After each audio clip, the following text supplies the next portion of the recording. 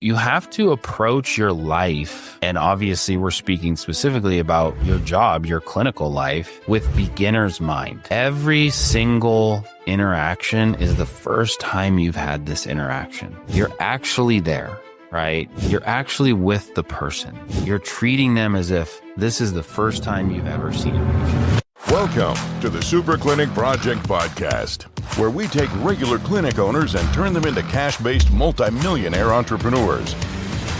Warning, if you're a doctor who listens to this podcast regularly, you will make millions of dollars. Do not listen to this podcast unless you want to be a successful clinic owner who helps thousands of patients achieve their health goals and adds more money than you can imagine to your bank account. You've been warned. Welcome to episode 114 of the Super Clinic Project Podcast, where we give you the exact tactics, strategies, and mindsets you need to fulfill your destiny by helping thousands of people in your community and dominating your market in your life. I'm one of your hosts, Rory Morgan, along with fellow hosts Jennifer Gligoric and Tracy Sundkvist. And by the end of today's episode, we will be continuing our conversation from the last episode about how to design a perfect patient journey that gets your patients better results and it improves your bottom line. Sounds like a win-win to me. Yeah. So to recap of what we talked about last week we talked about the why you do this. Well, if you're a clinic owner, you want to have an elevated experience. You want to outperform your competition. You also have values that you want to put out into the world, and you, depending on what type of clinic you have very specific outcomes you want for your patients. They're either going to lose weight, they're going to be out of pain, they're going to look and feel better, they're going to have great gut health, whatever it is, you're taking them to an outcome. So you're an outcomes-based clinic. You need to orchestrate that journey for that patient to where you are building trust throughout every one of these patient touch points. So we talked about why it's important to do that and the hows to do that. And then we got up to day one. And that's where we're starting today. Perfect. Okay. So we've done our day one and we've left them, they've taken a swag bag home. Now, in between visits, do we just let them disappear and just, hope for the best and hopefully they show up next time and they want to pull out their checkbook or their credit card and just sign up? No. What we want to do is in between visits, we actually want to send an email and a text message with basically education between day one and day two. Even if day two is the very next day, right after they leave, we want to send them some video education or some written out like a PDF that's going to help them understand what they might be experiencing, right? So it might be, hey, you might notice some redness or some inflammation. By tomorrow, it should look different, right? If you notice the redness and the inflammation, what that tells you is that your body is responding correctly. That's exactly what you want to happen, right? You might notice that you feel a little bit sore. If you notice that you feel a little bit sore, that means that your body is responding perfectly, right? You're actually pre-handling what many clinicians think will be an objection, and you're turning that objection into a point that confirms for the patient that they're getting exactly what they need. Like, oh, good, my body's responding. That's what I was hoping for, right? So you want to go ahead and send that out, right? And I know a lot of you are thinking, well, I already tell them that. Yes, you might tell them something like that, but were they paying attention? Were they locked in? Continue telling them that, but then send that text message that evening and that email that evening and make sure they don't forget it. Make sure that you reiterate it, right? It wasn't in that rushed environment. They can sit down before they go to bed and really pay attention to it, right? We need to repeat things and be told and reminded a lot more than we need to be taught. So you have to repeat yourself a lot. I was going to say there are a lot of clinics that give up, with the swag bag, they'll tell them, okay, so we will be reaching out to you before our next appointment because we need to check in on, any reactions or what you're going to have. Here's more information about this. Please make sure our emails can get through to you. And then they have it like, whitelist this email. You'll be getting an email from so-and-so. If you have any reaction at all, this is how you call, some people might be allergic. You want to put, that's very rare, but if so, This is it. It's just showing them that you care about them and the experience that they have. Yep. And that's the thing, right, guys? So when we talk about scripting out or orchestrating an experience, Susie at the front desk needs to know that before Mary leaves her appointment, she's pulled up her phone. Like Susie needs to check off, Mary has whitelisted our email address, right? So Susie now knows this is an outcome I have to achieve with every patient. And over the course of 100 patients, well, maybe only 50 of those emails would have gone through if you didn't do that. Now 100 of them are going to go through, right? And you think about the difference that's going to make, it's going to be 6 or 7 or 8 more closed patients at the end of the month, right? Does it completely change what you get with every patient? No, but you're following a process that's going to increase your odds. So that's Rory, while you're speaking about every patient, I just want to jump in and say, make sure that you show up in the same way for every single person who pitches up, regardless of whether you assume that they're not a good fit. So often what I see with clients is that they look at the person and they make a judgment saying, we're not going to be able to help this person, or this person isn't going to be able to afford our care. And all of a sudden the experience shifts, because then it's just rush through that one because, they're not going to sign up. It is so important that you don't do that. And it's for more than just the obvious reason of being consistent and having some ethics. It's also about the fact that whether that person is going to sign up with you or not, that person always also has a network. They also have people that they speak to, and they might have decided that you're not for them, but that's not to say that they're not going to be able to refer you, even though they didn't undergo any care with you. So make sure it's the same, and don't let your judgment get in the way of how you're going to treat people. Yeah, some people throw up some serious buying. They have huge walls that they automatically throw up. They'll be telling you, well, I can't afford this, or like immediately. That is a defense mechanism, and that is years of limiting beliefs or whatever, whatever is they're going through. You just need to, okay, well, but you're here now. This is the $21 special or whatever you're here for. Let's get you through this. And you just treat them exactly the same. They can know you the whole time, but at the end, they'll say, wow, if I wish I could afford this, you get it. Maybe they can't now. And then a month later, they'll get that job and everything's changed in their life. And then bing, bang, boom, you're the first person they come through because you gave them a chance and you actually valued them, gave them value, and they were able to go, okay, this is the place that's going to help me. They just can't help me right now because of me. Right. Yep. Yeah. And so how do we do that? How do we embody that in our actions instead of just giving mental assent to the idea? You have to approach your life. And obviously we're speaking specifically about your job, your clinical life, with beginner's mind. Every single interaction is the first time you've had this interaction. You're actually there, right? You're actually with the person. You're treating them as if this is the first time you've ever seen a patient, right? It reminds me of the Bible where it says, he who becomes like a child, right? You've got to have that childlike curiosity with every person that you interact with. And that makes such a huge difference, right? And reminds me of a clinic owner that I used to work with a long time ago. It was a chiropractor, and every single patient that ever walked into his office, he would text me or email me or call me to give me the entire story, right? And it was either, oh, okay, that patient was good, or it was, I need to tell you about how bad this patient was. He was just so focused on like this story, and I can't get any more patients like this, but this one was good, and I need all patients like that. And 2 stories that he told me a day apart was this patient came in and he was driving a Tesla. And this is when Teslas were like still really new. He was here in Colorado where I'm based. There was almost, when people loved him. Yeah, it was like the coolest car you could get. They were still really expensive. Like if you remember, Tesla started out and their goal was always to make it an everyday, common, affordable car. But when it was new, it was very expensive. And I had maybe seen at this point when he was telling me this, maybe one Tesla in the entire state of Colorado when I'd been driving around on the highway.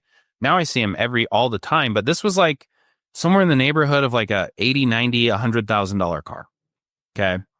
And he drove up in a Tesla, well dressed, carried himself extremely well.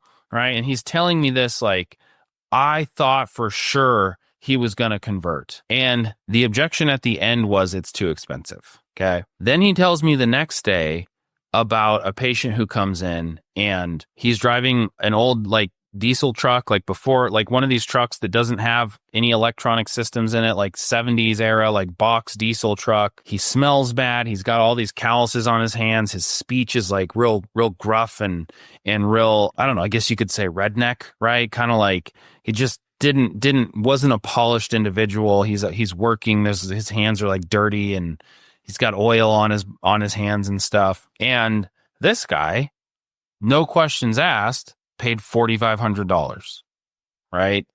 And so it's like, you just don't know. Treat each person with beginner's mind.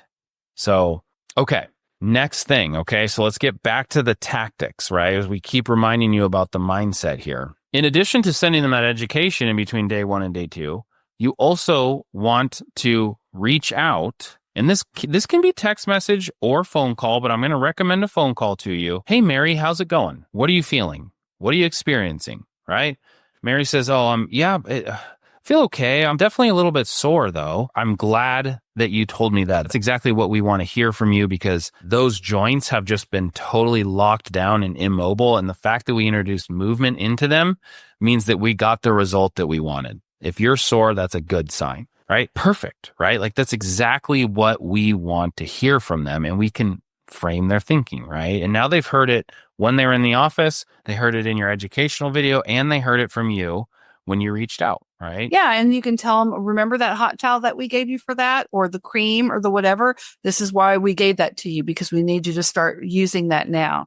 And tomorrow, once you come back in, we'll give you like something else. You want to continue to prep them for this great experience they're going to have, but then also this is the standard of care they should be receiving, which is very different than the absolute assembly line that healthcare has become for so many people, where they are a number and they are forgotten. Right. We're trying to, we're just trying to get away from that again to where we were actually caring about individuals. And this is just a great way to do it. And once you build it into the process and you make this one, this is just something we do, then it just becomes seamless. Everybody's used to it. The front desk is used to it. This is on my schedule for today. I've got these 3 check-in calls with these people, and it's just part of this great thing that we're providing for our community. Yep. And then so they show up for day 2. Remember, day 1, we kept it clinical. We kept it surface level, right? We just talked about the details of why they were there, right? Day 2, we can now have an emotional conversation.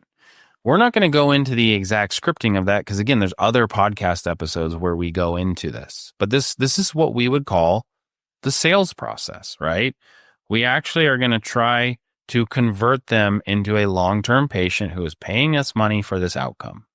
So this conversation is based on where are you now and how does it feel to you, right? So your current state, as well as what are your goals, where do you want to be, and how would that feel to you if you achieved that? All right, so that's a very simple overview. And what that allows them to see as you have that conversation is that you are going to sell them the achievement of a goal and an outcome and a feeling that is associated with achieving that, rather than selling them, hey, what you're buying from me is 36 treatments of this and 16 treatments of that, and it's a certain amount of time, and you're going to have to do these exercises and this and that, right? And they just get overwhelmed. And they start grouping you. Yeah. Immediately they start picking apart. Okay, so that's 7 this, and how long do those take? Okay, so 7 of the 24-minute ones in this, and then they want to go online to literally Groupon, and then they see how many other people get specials, and what they'll try to do is recreate that entire quote unquote care plan by just hitting as many offers as they can, because it's all the same to them, because you've communicated in a way that provides no value. You're going to, and there's other episodes to listen to this to, or all you have to do is go into school and just ask us, what did you mean by that? And what did you mean by we're not communicating this? How will they know when they have to come in? I'll be happy to tell you that, Tracy, I, or Rory. Just ask us when you go on there. And so the way we're communicating is to an outcome. We're getting them to this outcome. They need to come to us for this outcome, because we're going to be with them the entire way to get them there, so that they're not off running around town trying to shop all these other little deals or injections or whatever it is they're going for. And then 8 months later, they are nowhere near where they wanted to be, but they have seen the interior of a lot of other offices, which is not what you want. Jennifer, you're so right. I think the big question that you want to be asking yourself is, does your process enhance the perceived value? Because every single one of us, we're going to make decisions that are emotionally based. So we make our decisions from an emotional perspective, and then we support that with logic. So this is one of the big reasons why we leave that the more emotional part of that discussion for day 2. But it's also why it's so important that we're building up the perceived value through this incredible experience, because it all adds together, so that before you even come to this is the amazing outcome that we're going to be able to achieve, they have already pegged you as, wow, this is something really special. And you need to have a process, and you need to take everyone through that process. And so in that process, if they say, well, I need to talk to my wife, you should have a process for that. Well, I'm going to have to think about it. Well, there's a process for that. And also too, if they say that, there was probably some miscommunication on day 1, or a yellow or a red flag they gave you that you did not work through. Right? Mm-hmm. Any objection means that there's something that was broken in that process that you can easily fix. You're empowering yourself by building the system. If they need financing, well, we have a process for that. And then you just take them through that. It makes everything so much easier, to where this is just a conversation, and then how they react to that, there's a process for that. If they say absolutely not, okay, fine. There's still a process for that. There's still follow-ups and other things that you have built in until you realize that they are not a candidate. And they may not be. Maybe they're not. Maybe you realize, okay, you're not a candidate for this thing. Okay, fine. That's going to happen too. But there's still a process. Yeah, your process shows you that, right? Yes. It doesn't make sense. And so just to reiterate one of those points, right? Building value, right? And the perceived value, I have to really hammer this home. Nobody values Botox treatments. Nobody values chiropractic adjustments. Nobody values soft wave treatments. You name the procedure. They value the outcome that produces. And so we have worked with many doctors that will, in fact, really try to implement all these ideas we've been talking about.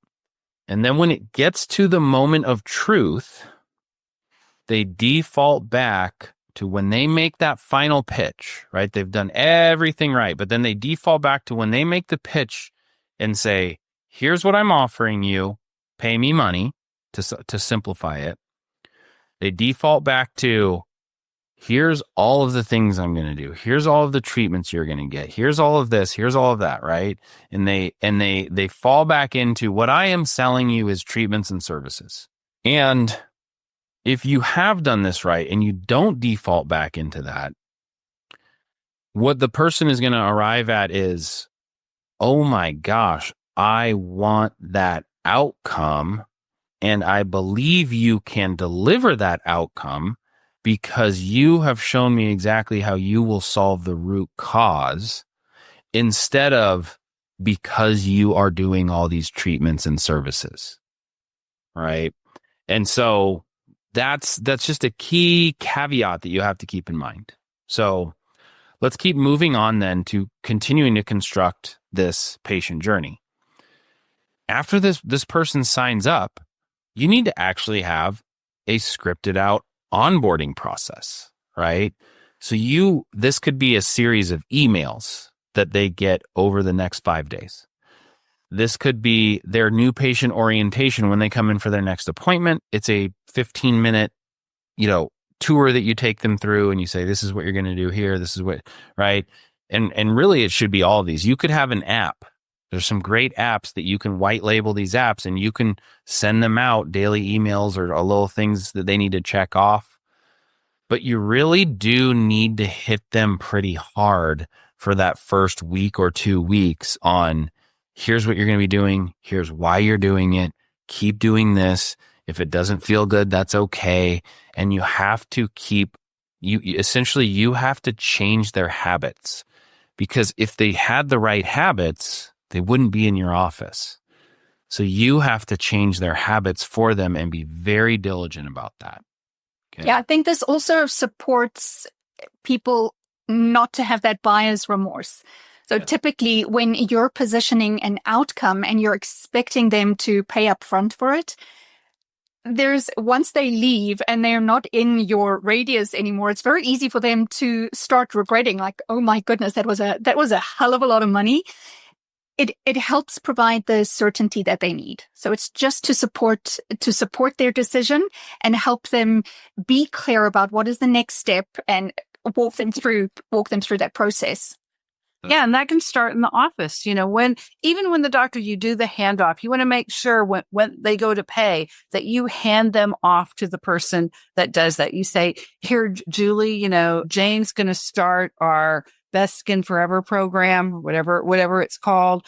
She's going to be an incredible candidate. I can't wait to get started with her, get her all set up. Absolutely. And then Jane has a process that she takes her through, and then she hands her, the little welcome to our care. This is what you'll be receiving. And is this a good email for you? She double checks everything. Please watch that. We're going to be with you every step of the way, through this. And so they feel as they're walking out with something supported, and that they have been just treated incredibly and excited for the next step. And you want them to be hopeful that, wow, this is actually going to happen. I'm actually going to lose this weight, or I'm actually going to, be able to play with the grandkids again because my sciatica is not going to be screaming in agony. Whatever it is, you want to make sure that entire process, when they're in their car, they're like, that was a lot, but you know what?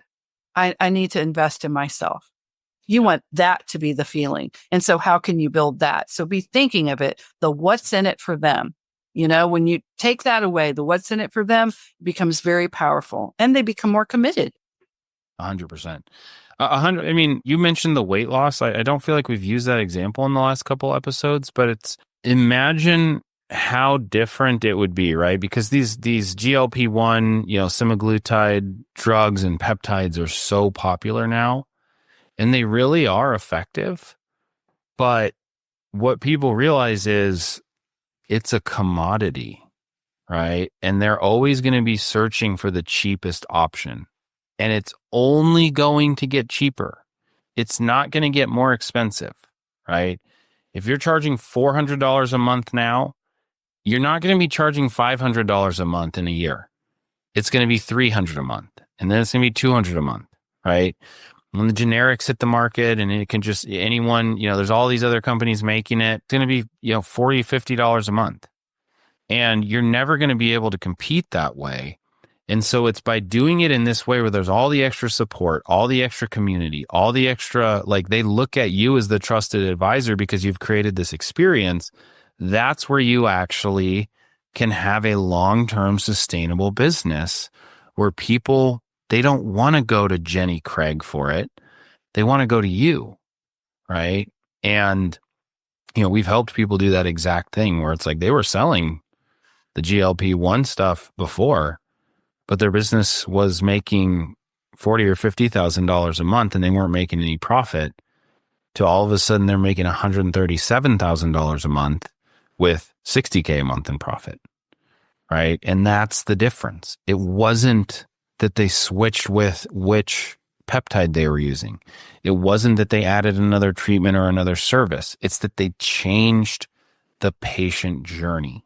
And when you change the patient journey and you track that patient journey, so let's say you say, we're going to do check-ins and we're just going to ask them, how are you feeling? How well did you stick to your diet this week? Do you feel your appetite increased or decreased on a scale of 1 to 5? Let's say you send them 3 questions every single week. Well, guess what? Now you have some really actionable data that you're starting to collect on your clients. And you can go, hey, have you noticed that in week 4, their appetite really starts to decrease once they've been in here, or month 4 or wherever you're at? Maybe we can develop something around that. You can actually be much more into the what's in it for them. What are they experiencing? And then you can get them to stay on for longer, or you can switch them to something, an alternate, or you can say, what if we brought in this that only helps them? Then you're the only people doing that. And now they're getting exponential results. Like, this is where their skin starts to stag, and they get really unhappy with their appearance and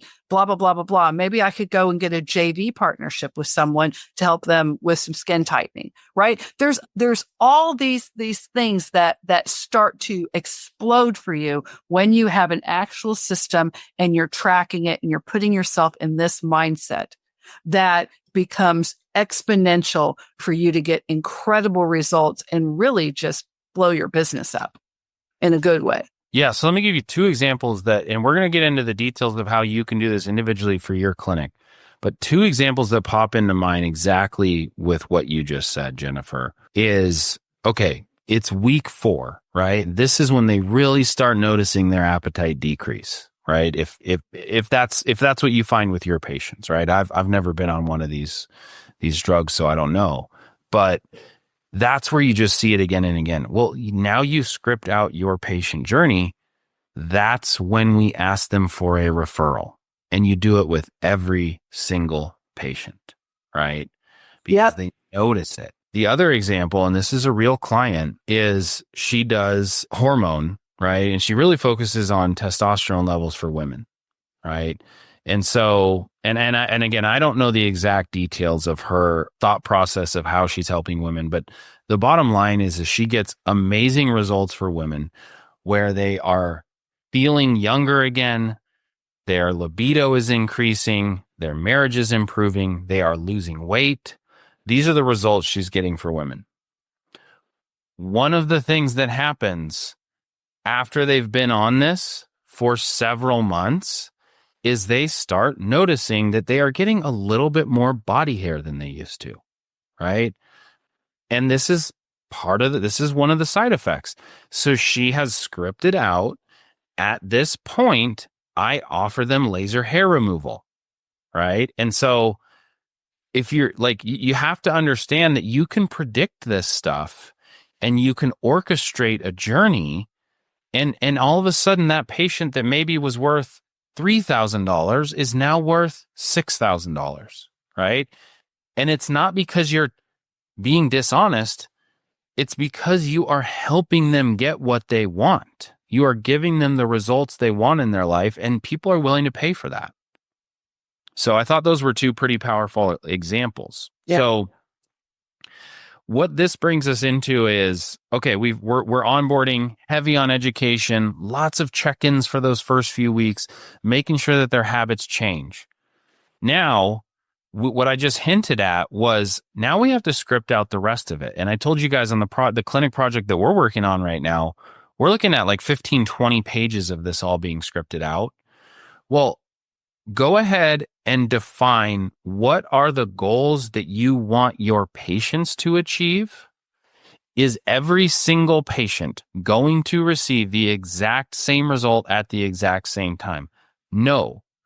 But you're going to know about where those results and those changes start taking place. You're going to see those patterns where it's like 50% of our clients are noticing this by this point. 75% are noticing it here, right? By this point, nearly 100% have experienced this result, right? And, what you want to start doing is you want to start measuring that. So you can have your patients, like, especially if you're using one of these apps where you can just have them checking in at home and just marking that they complete this or just answering 1 or 2 questions every week. You can start to know, okay, the pain score has decreased by, let's say 4 points from an 8 to a 4, right? And what we want to see is that pain score is below a 4 at 4 weeks. And this is hypothetical, right? It could be something different, but you measure it. Pain frequency, level of daily activity that they're able to participate in, the change in their skin quality, right? You can measure these things as they go through their journey just by having them complete 1 or 2 questions every single week. And so you can define and say, in our journey, we have this goal for our patients. At a certain point, that's what we want them to accomplish, and we want to be able to measure that. From there, that's when you script out, here's when we ask for 5-star reviews. Here's when we ask for video testimonials. Here's when we ask for referrals, right? And there can be multiple points along the journey when you ask for those things, right? And that leads you into defining the goals that your business wants, right? So you, based on the goals you've defined for your patients, you now define what are our business goals, right? So 5-star reviews, video testimonials, referrals. What else would we have? We have upsells, cross-sells, right? When do we offer them to jump onto the VIP maintenance plan? Right? What are we going to include in that maintenance subscription? You can document every single one of these things and you can see what are the variables. What do I need to change? What is the timing I need to do it at? Do I need to offer something a little bit more or do I need to offer something a little bit less? And if you will document that out and then just move one variable at a time based on the data you're getting from your patients, in no time, you're going to be a multiple 7-figure clinic, right? And because it's documented, you don't have to be the one running it. You can have a team running your practice for you. And I think that's really the goal for every practitioner, right? Like, you didn't get into this so that you could just be a slave to your business. You got into this because you wanted your business to serve you. So do either of you guys have anything to add there? That ties it all up into a really nice bow. Cool. Yeah, I think just elevating the experience to improve their perceived value is the only way that you're going to stop competing on price. 100%. Yep. Commodities are commodities. Like, I mean, at the end of the day, right? Like, there's a market, but you need to make yourself a market of one, right? You're the only competitor in your space because you've differentiated yourself through all the stuff that we've talked about, right? If you're selling GLP-1s or you're selling chiropractic adjustments, well, they can find that anywhere, right? But you need to position yourself as the truly trusted authority, the trusted advisor to them in this area of their life. So with that, guys, I hope you've learned some things. And what I want to encourage you to do is I want to encourage you, wherever you're listening to this, copy the URL and reach out to your friends and send them this episode, because we're giving this to you for free as far as monetarily. But if I'm giving you value, please return the value. If Jennifer and Tracy are giving you value, please do yourself a favor, do your community a favor, and do us a favor by paying us back and paying people around you back. Give them this information. This will change your clinic. It will change your life. And that's the fee for this podcast. So we don't charge you money, but we do charge you referrals.